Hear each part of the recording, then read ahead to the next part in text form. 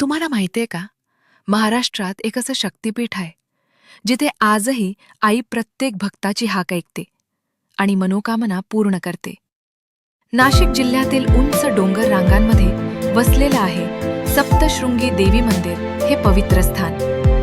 7 डोंगरांच्या कुशीत वसलेली ही देवी, म्हणूनच नाव पडलं सप्तशृंगी. प्राचीन काळी जेव्हा पृथ्वीवर अधर्म वाढला होता, राक्षसांनी स्वर्ग आणि पृथ्वी दोन्ही ठिकाणी हाहाकार माजवला होता. महिषासूर नावाचा बलवान राक्षस देवतांनाही पराभूत करून बसला होता.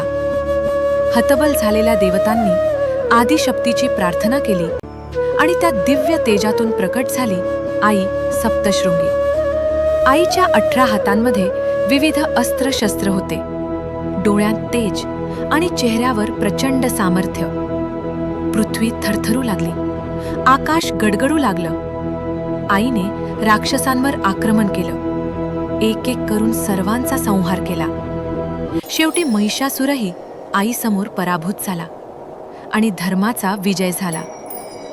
युद्धानंतर आईने या पर्वतावर आपला वास केला, भक्तांचं रक्षण करण्यासाठी. आजही हजारो भाविक शेकडो पायऱ्या चढून आईच्या दर्शनासाठी येतात. असं मानलं जातं की जो कोणी सच्च्या मनाने आईला हाक मारतो, त्याची प्रत्येक इच्छा पूर्ण होते. आई सप्तशृंगी आपल्या भक्तांना कधीही निराश करत नाही. जर तुम्हालाही आई सप्तशृंगीवर विश्वास असेल, तर कमेंटमध्ये लिहा जय माता सप्तशृंगी.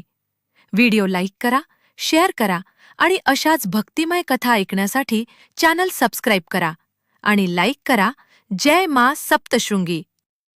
तुम्हाला माहितीये का, महाराष्ट्रात एक असं शक्तिपीठ आहे, जिथे आजही आई प्रत्येक भक्ताची हाक ऐकते आणि मनोकामना पूर्ण करते. नाशिक जिल्ह्यातील उंच डोंगर रांगांमध्ये वसलेलं आहे सप्तशृंगी देवी मंदिर हे पवित्र स्थान. 7 डोंगरांच्या कुशीत वसलेली ही देवी, म्हणूनच नाव पडलं सप्तशृंगी. प्राचीन काळी जेव्हा पृथ्वीवर अधर्म वाढला होता, राक्षसांनी स्वर्ग आणि पृथ्वी दोन्ही ठिकाणी हाहाकार माजवला होता. महिषासूर नावाचा बलवान राक्षस देवतांनाही पराभूत करून बसला होता. हतबल झालेल्या देवतांनी आदिशक्तीची प्रार्थना केली आणि त्या दिव्य तेजातून प्रकट झाली आई सप्तशृंगी. आईच्या 18 हातांमध्ये विविध अस्त्रशस्त्र होते. डोळ्यांत तेज आणि चेहऱ्यावर प्रचंड सामर्थ्य. पृथ्वी थरथरू लागली, आकाश गडगडू लागलं. आईने राक्षसांवर आक्रमण केलं.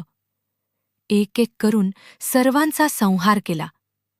शेवटी महिषासुरही आईसमोर पराभूत झाला आणि धर्माचा विजय झाला.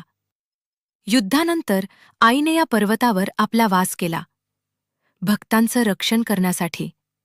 आजही हजारो भाविक शेकडो पायऱ्या चढून आईच्या दर्शनासाठी येतात. असं मानलं जातं की जो कोणी सच्च्या मनाने आईला हाक मारतो, त्याची प्रत्येक इच्छा पूर्ण होते. आई सप्तशृंगी आपल्या भक्तांना कधीही निराश करत नाही. जर तुम्हालाही आई सप्तशृंगीवर विश्वास असेल, तर कमेंटमध्ये लिहा जय माता सप्तशृंगी.